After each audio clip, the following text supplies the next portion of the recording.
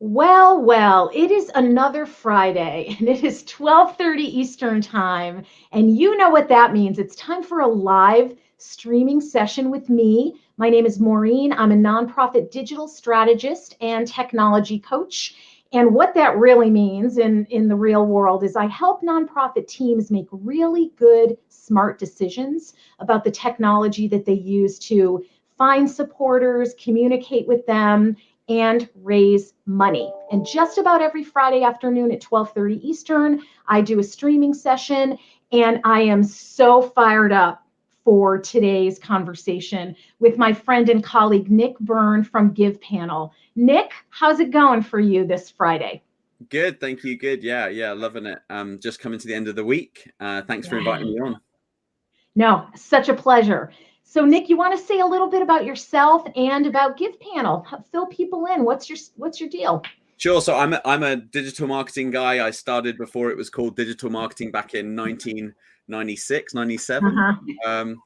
Online marketing, that's been my focus. Got into the charity sector, the nonprofit sector 15, 16 years ago. Been working on digital fundraising programs all around the world. A couple of years ago, started a platform really called Give Panel. And what we focus on is helping nonprofits manage Facebook fundraising. So all of the data around Facebook and all the kind of this, the complexity really about having a new fundraising platform inside Facebook. We fight for the nonprofit. We have 300 customers, nonprofit customers in 8 countries, I think. So US is a big market for us. We have a team in the US, Ireland, UK. And we've helped raise with just 300 nonprofits. We've helped raise 235 million US dollars just in the last 12 months, and that's just a new startup. So that's new money, and that's it's the power of Facebook fundraising, right? That's the power of it. Yeah, you just toss that out. Just a couple million, couple $100 million just in the last year. That's great. Yeah. Well, And it's so, it's really gone during the pandemic. It really went like that. Really, it didn't start that way, but it has hockey sticked. yeah, good. That's great. So you and I know each other. We've done presentations together Yeah. and things. So we know where we're coming from, and we follow each other on social media. Hence our conversation today, because a few weeks ago, maybe sometime in October, you posted, I'll just call it a post. It had a lot of thoughts and A feelings in it. rant. I could kind of feel your hands, pounding on the keyboard. I Really. toned it down, Maureen. Honestly, I toned it down. Like I rewrote it after my reel. Oh, it's one of those, huh? Okay. And really, your point in that post was you have to use third party platforms, nonprofit family, from your website to your email marketing tool to Facebook or other social media channels. This is just not optional for us to use Right. these things. And when Facebook went down, I feel like something about people's response to that outage churned something up for you. So can you share for folks who didn't see that post what points you were making, because I think they were great. Sure. Like I think like Facebook went down for I think 6 hours. Mm. One of their AI bots deleted some code and it took the whole thing down. So robots are taking over the world, and we are not a fan of robots, as you'll know, and AI. Mm. But we're a fan of humans. But the point that I was making is, look, in 2021 and going forward, you're like everything's built on third-party platforms. Everything you do. I mean, I remember the days when I hand coded websites, right? But now your website is built on a third-party platform, right? Mhm. You don't own that. And nonprofits shouldn't be building their own stuff. Nonprofits aren't tech companies unless that is what you are. You're a nonprofit tech company. But if you're Mhm. not, most nonprofits shouldn't be trying to compete with tech companies. They should be using the best available tools out there. And the point I was making, I think people were saying like, oh, Facebook is down. You shouldn't rely on Facebook. And, because it's down for 6 hours. And I think that was kind of irritating in some ways, Mhm. because it's an easy thing to say, right? But the reality is when you look at it, like we live in a world now where, where you have to rely on third-party platforms. And more than that, there's huge opportunities in choosing the right platforms on which to fundraise, on which to reach your audiences, on which to do marketing. And you're if all you're doing is kind of like blinkered to that world, you're missing out. You're leaving a lot of money on the table, and you will, it's like an adapt or die thing, right? Right. So did you feel like after that Facebook outage that there was going to be a mass exodus from Facebook for nonprofits, or was it just some frustration that you were Oh no, hearing? yeah. There's not going to be a mass exodus from nonprofits on Facebook because it works, and we've seen that with there's been lots of campaigns against Facebook, lots of what I call what is called FUD, fear, uncertainty, and doubt around Facebook. Some of it is warranted, and we have to keep Facebook honest and accountable, and some of it is misunderstood. But no, absolutely not. You track. I actually just wrote an article on my newsletter about. I went through their latest Facebook's Meta's latest earnings report, and I broke down all of their numbers. They're still growing, right? They grew by 17 million users like just last quarter. So this isn't showing up in their numbers at all for the average person. It's more just it's more that as an industry, sometimes we have these experts that say silly like things that like are just very easy to say, but actually they don't. When you think about it as much as I do, they don't actually make any sense. So, for example, I've heard people say like, don't build your house on someone else's land. That's a classic, right? And it's like, we're all building houses on other people's land like all the time. And that's a kind of a silly thing to and the reason why like it's silly is because to be good at nonprofit engagement and fundraising with your audience, you have to go and meet your donor where they are. For sure. Like you have to, like in any marketing, you have to go and meet your donor where you are. You have to be relevant. And so that's a confusion. When a nonprofit hears, oh, I shouldn't be doing Facebook fundraising, that's quite damaging because they're actually going to miss out on reaching all of those people. And so it's more nuanced than that. And what I wanted to kind of say is, look, it's more nuanced. I'm not saying you should just do everything in Facebook. I don't think anyone is saying you should do everything in Facebook. But the opportunity is go and meet your donors where they already are. And then from there, build that relationship over time. Don't expect all the data to come in like in that first interaction. Right? That's kind of what I'm saying. It's a perfect topic because I was just doing a fundraising Friday webinar, like level up your digital for end of year success within a philanthropic organization out here in Massachusetts. So that was 9 o'clock this morning. And somebody asked a question about Facebook, how to grow their email list using Facebook. Here's what they said, they'd run some ads and it didn't work to try to get people to actually do that move from just interacting with the charity in Facebook land. Hard to build that bridge, hard to get people who are comfy in Facebook to actually go over to your website or sign up for your email or what have you. So I get how people feel like if I spend time cultivating folks in a third-party system or a social media platform, I don't know how to move them. I don't know how to get them into my donation forms and my email and event registration forms.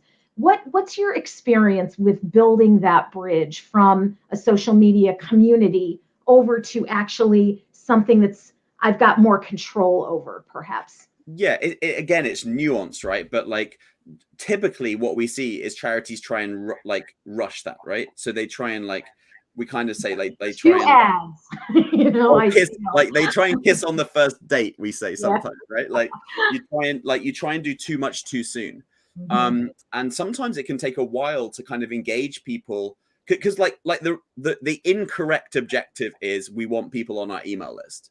That is a terrible marketing objective because that's not thinking about it from their perspective, is it? Like, does anyone want to be on an email list? No, no one wants to be on an email list. So what you need to do is engage them, inspire them over time.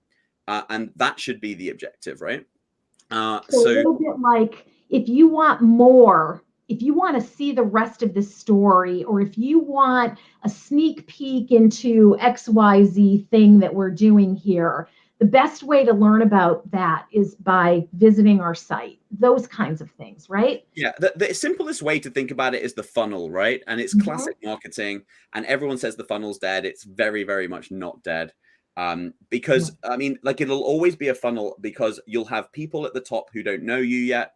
And then Mhm. as you go down, there's more people, there's less people that know you really well. And so there's always the relationship journey is always going to look like that funnel picture. And so you have to have a strategy where you understand that some people are at the bottom of the funnel, some people are in the middle of the funnel, and some people are at the top of the funnel. We call it like tofu, mofu, and bofu, Yeah, right? right. Like top of funnel, middle funnel. So you need to understand that it's a journey. It's a journey for those people. The more you build the top of the funnel, the more you can then build the middle of the funnel, the more you can then build the bottom of the funnel. Yeah. And so you need a strategy for every step of that journey. If you just try and convert people at the bottom of the funnel, there's not many of them, you're just going to run out of steam very, very quickly. What I love about what you just said is that the funnel isn't just once someone is in your email list. And I think for many organizations, that's where that engagement, cultivation, conversion happens. And what I'm hearing you say is it actually starts on that rented land, kind of. It starts where they have done the initial connection with you. That's the top of the funnel now. It's not right after they get inside so your. this session for you, this is top of the funnel for you. You're streaming it in, where are you streaming it? Facebook and LinkedIn, YouTube. Yeah. right. So are you getting everyone's data for this that's watching this? Okay. Truth time, if I did, I wouldn't have time to look at it, which is just like nonprofits, right? We're in the same boat. I could collect a ton of information and I don't have a plan to really use it. I've got a different motive in mind for doing this kind of stuff. And I think nonprofits tend to feel in over their heads very quickly when it comes time to, if a board member asks you, so how are you monetizing our Facebook followers? I keep seeing in your reports that you're growing that community. What good is that doing us as an organization? And as a nonprofit staffer, I don't have an answer for that. Well, I think like this is what happened when Facebook fundraising came in. So for years we had like social media teams that weren't revenue generating, right? Like no revenue was coming through Facebook. You were building your community out there. And because it was the right thing to do, I guess, from a communications and marketing perspective, right? And then all of a sudden, like if you turned Facebook fundraising on and you were one of the first organizations to turn it on, you started, for certain types of organizations, especially, people just started to get invited by Facebook in to do a birthday fundraiser. And when they chose who to do a birthday fundraiser with, who do you think was at the top of the list in Facebook for those people? It was the pages you'd engaged with, right? It was the pages you'd engaged with, that you'd liked, that your friends had liked. It was all the ones who had invested in their social media strategy, and they all made and they're still making some of our customers a huge return. So you don't always know the future. You have to understand that the funnel from a strategic sense, I'm not talking about the tactical email journey, I'm talking about the strategic funnel. You have to invest in the top of the funnel and then invest in the middle of the funnel, and you have to just keep doing that to broaden your audience. And you need to know that at some point you definitely need to have a map to revenue, right? Like you do need to know that. So at the moment, I'll give you an example of some things that we're doing on Facebook. So right now we're doing peer-to-peer campaigns called Facebook challenges. Our customers started doing them in Ireland, and then we took it to the UK and to the US. And that basically is cold from a Facebook ad, and we invite people into a Facebook group and to do a fitness challenge. So a lot of people want to walk, they want to run, they want to get fit. So you're literally saying, hey, would you like to do this 100K challenge this month? Come into the group. And then before you've even signed up to anything, you're inside a Facebook group. No data yet, right? You just in the Facebook group.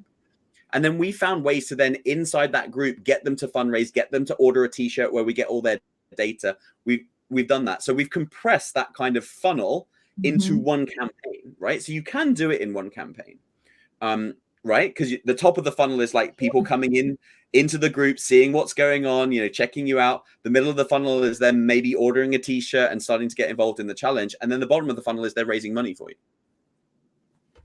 Yeah, that's the revenue story everyone wants to tell.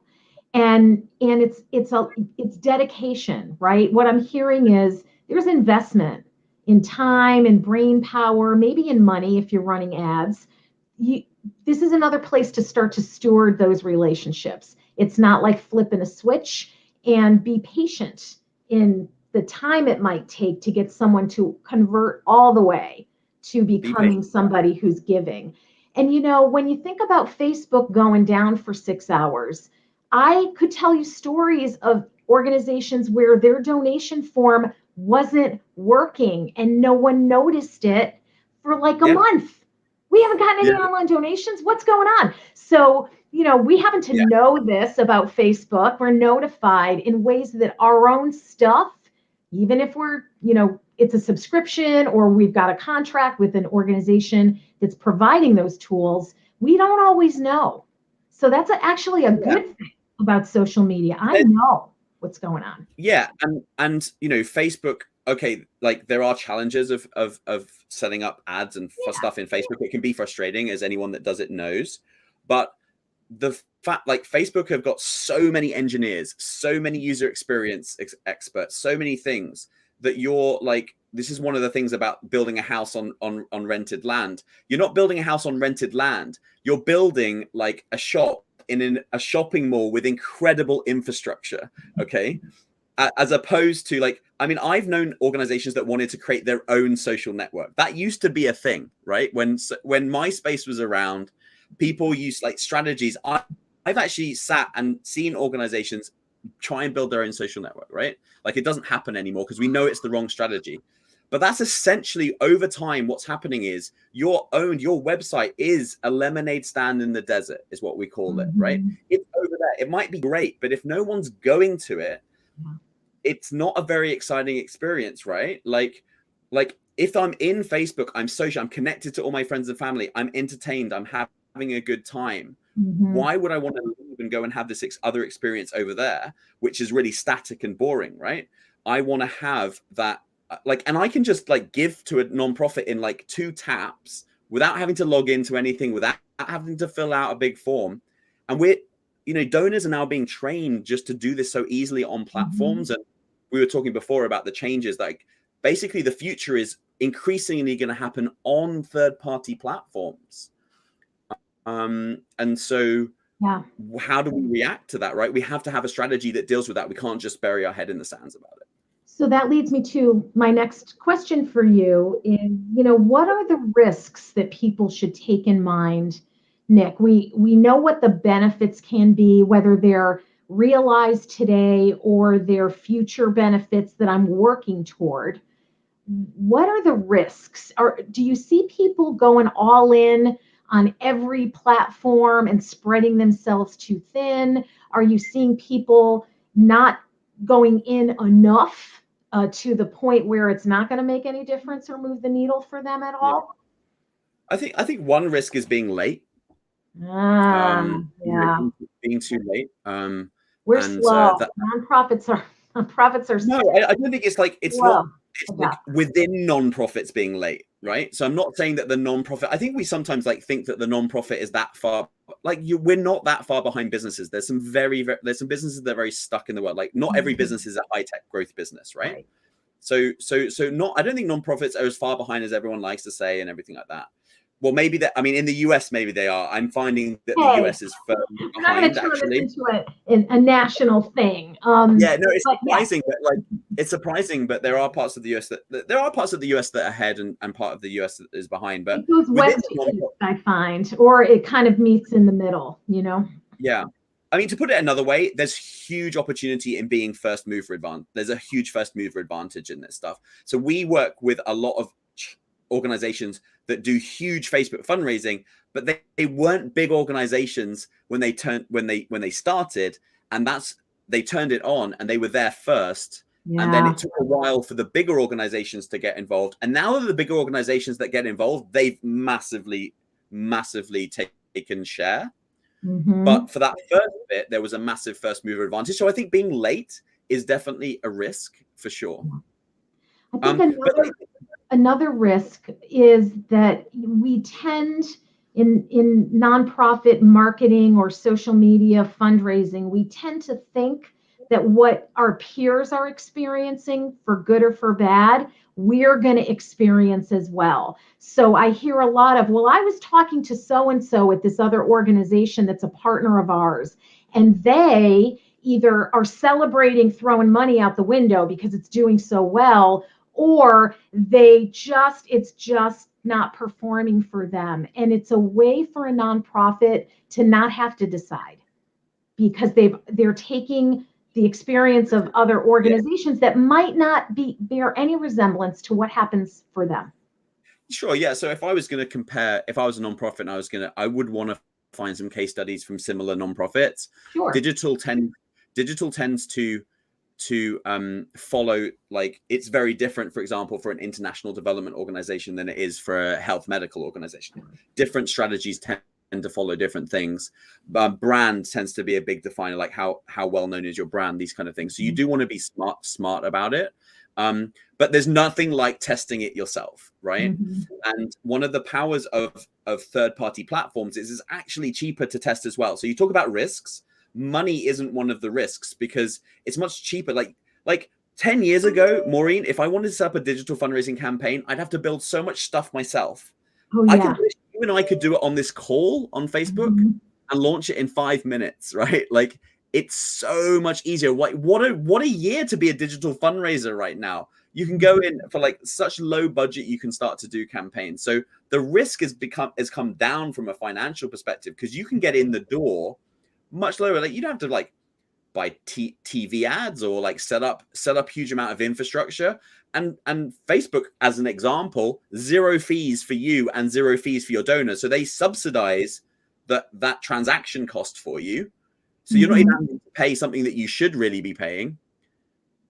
It's a win-win. And yeah. I also think about, what you and I know here all the time is I can't get the donor's information, and Right. I'm not going to spin out on that. But what I do want to say is think about it like a donor advised fund. It's just a smaller amount. You get money through a giving institution like Fidelity or Schwab or something like that. You get a chunk of money. You have no idea who gave it to you. And you take it and you're grateful. And certainly it would be helpful if you knew who it was, but it doesn't dull your thrill of actually raising that money. And I think it's different with these third-party platforms. People have weirder expectations about what should be happening as opposed to dealing with what is and being grateful for all the benefits. And I think that, there's a bit of a myth. You can get a lot of data. Like, we specialize in getting the data for you from these platforms. So I don't want anyone to go away from this thinking you can't get the data from third-party platforms, because we've gamed out how you do that. So when we run a peer-to-peer event, we're getting every participant that participates in that and fundraisers for you. We're getting all their data. We're getting their opt-ins. We're getting their phone numbers. We're calling them back for regular donations. Like, we're getting all of this data. So let's because the irony is, right, Maureen, this is what's funny, is people generally don't like Facebook because they want to get all the data. Generally. But right. Oh, that's it. I think nonprofits all the time is like, we don't like Facebook because they don't get us the data. So that's such irony, right? That like Facebook is collecting too much data and they're not giving it to me. Yeah, exactly. So that I can collect it. Right. We obsess about our CRM systems and our database and our constituent contact data.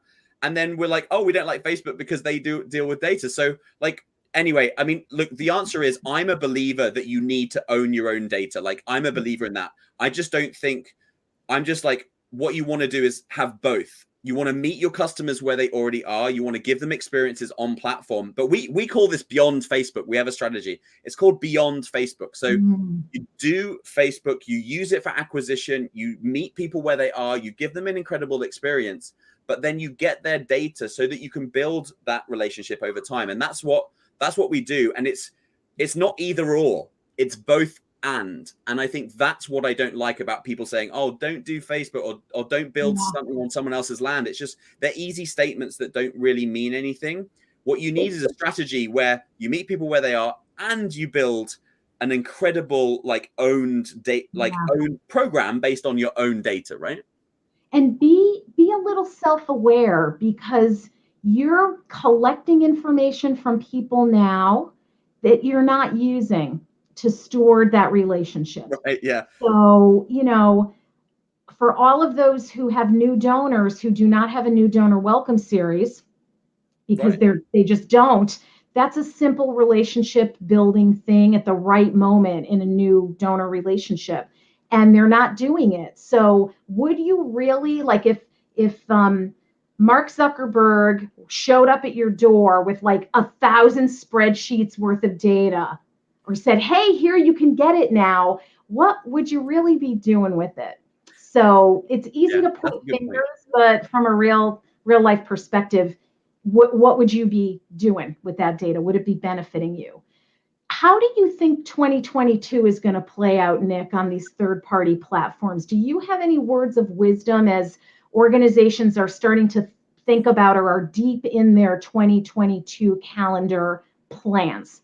Sure. Yeah. So I think so I think you've probably heard about the iOS 14 changes that Apple have made. Would you say something about that, just in case folks who are watching don't know what that means? Yeah. So essentially everyone knows that digital marketing for history has been based on cookies, right? So the reason how we know we can track in Google Analytics that someone's donated on your donation form is based on a cookie, right? And so Apple have come along, and it's affected Facebook the most because they're the most powerful advertiser, but it's affected the whole industry. And they've basically said, look, we're not happy about tracking on our phones, and so they've enabled all of us to opt out of that tracking. And essentially what that means is companies now can't, like Facebook advertising, can't tell whether we take an action outside of their platform on mobile device. So we're seeing this across our customer base. We're seeing it's Facebook is massively underreporting donations, conversions. And so Facebook is struggling then to target the right audience for you, because their targeting is all based on understanding those conversions. And so the real big thing to understand about how this is going to affect things going forward is it's going to accelerate everything being on platform even more. So this idea of this vision that we had when we started GivePanel of, look, these third-party platforms are here to stay and more is going to happen on them, that's just accelerated with these changes. And so now what Facebook are doing is developing, for example, shopping all inside Facebook, so you won't leave Facebook, because then if it's inside Facebook, they can measure everything. And so your charity shop, your nonprofit shop, it's going to be inside Facebook in 2022. Okay. Your donations increasingly are going to come inside Facebook. You're going to have to live in a world where, whether it's be Twitter, LinkedIn, TikTok, everything's going to start to be in platform, because on mobile, they're advertising businesses and they'll need to track stuff. And we mostly, look how dirty my phone is. Right. So most 75% of all the internet traffic is coming through these devices. Yeah. And so platforms don't have a choice now with what Apple have done. So now we're looking at more of an on-platform world. And so that increases the need to understand third-party platforms, how the data works. And we've made a bet in understanding that world. And that's where we want to be expert in. And that's going to accelerate in 2022. And that's going to be incredibly exciting. It's not all a bad thing. It's a good thing, because we're meeting our donors where they are, and they're having a better, our donors and fundraisers are having a better experience. They just are. So who should staff this in 2022? Is it a social media expert? Is it a fundraiser who then leans into learning the social media stuff? Is it marketing and communications? Who should be managing this, in your Yeah, opinion, inside an it's org? really good, and we're the US works slightly different to other markets in the Mhm. sense that like marketing and fund rate and development as kind of split out slightly Yeah, differently. But I think, for me, I'm an income guy, I'm a fundraising guy. So for me, it makes sense to have it in like underneath reporting into the income thing.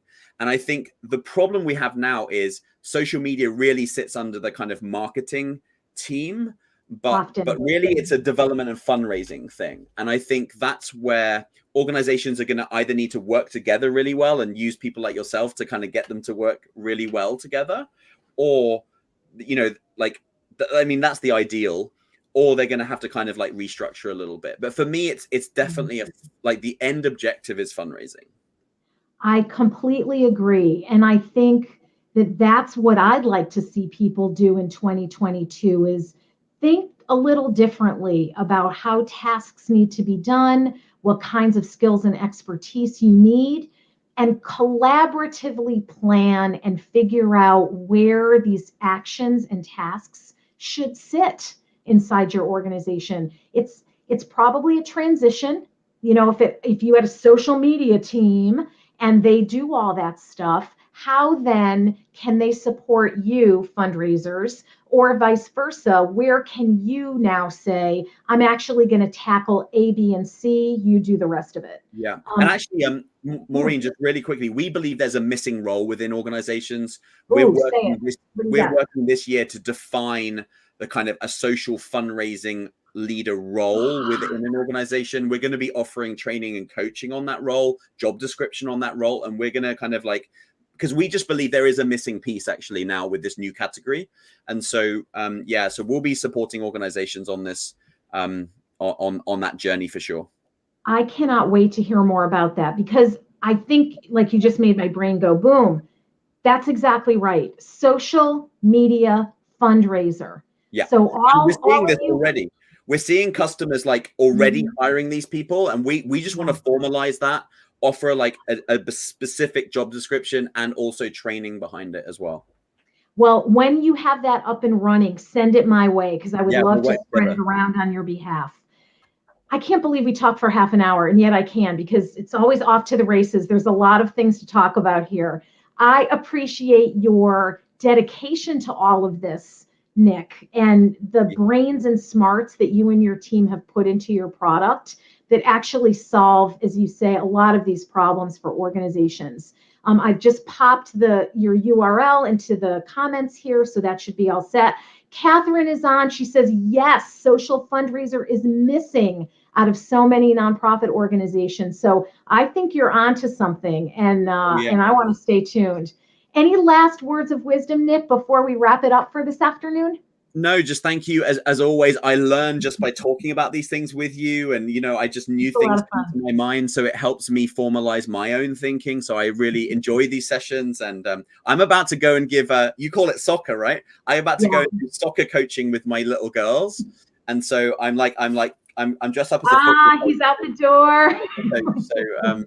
So yeah, so I'm Football. gonna go I and will do that call it now. football for you. That's right. Ted Yeah. Lasso has brought the football to the United States. So Nick, thank you so much. Everybody who's watching, thank you very, very much. Tune back in next Friday. It is the 12th. It is the day after my birthday next Friday. I'm already seeing Facebook birthday fundraising pitches on my Facebook timeline. And we'll talk about another topic that is going to help you get through the end of year with your sanity intact. So meet me here next Friday, 12:30 Eastern. Nick, always a pleasure, and I know we'll talk soon. Thanks so much for doing this. Bye. Thank you. See everybody soon. Thanks.